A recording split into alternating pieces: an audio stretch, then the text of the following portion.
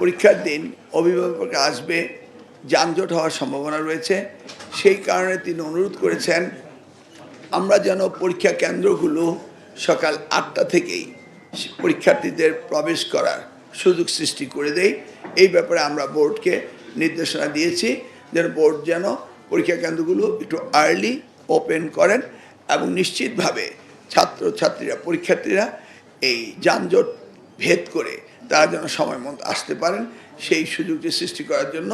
আমরা নির্দেশ দিয়ে দিচ্ছি এবং আপনাদের মাধ্যমে অভিভাবকদেরকে জ্ঞাতার্থে আমরা এই ঘোষণাটি দিচ্ছি। মূলত এবার পাবলিক পরীক্ষা অ্যাক্ট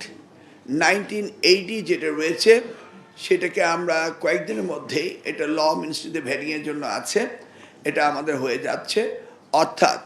ওইটাতে মানে 1980 অ্যাক্টে ডিজিটাল ক্রাইমের কথা ছিল না, সেগুলি ইনক্লুড করা হয়েছে, বা সংঘবদ্ধভাবে ক্রাইম করা সেটা ছিল না, বা কেন্দ্র সচিবের অবহেলার কারণে যদি পরীক্ষায় বিঘ্নতা ঘটে সেটা ছিল না, এবং পরীক্ষার যে ডেফিনেশন পরীক্ষা বলতে শুধু পাবলিক পরীক্ষা একটাই বুঝিয়েছিল, অর্থাৎ ম্যাট্রিক ইন্টারমিডিয়েট, অন্যান্য পরীক্ষাগুলো এটার মধ্যে অন্তর্ভুক্ত ছিল না, সেগুলোকে এটাতে ইনক্লুড করা হয়েছে যাতে করে আমরা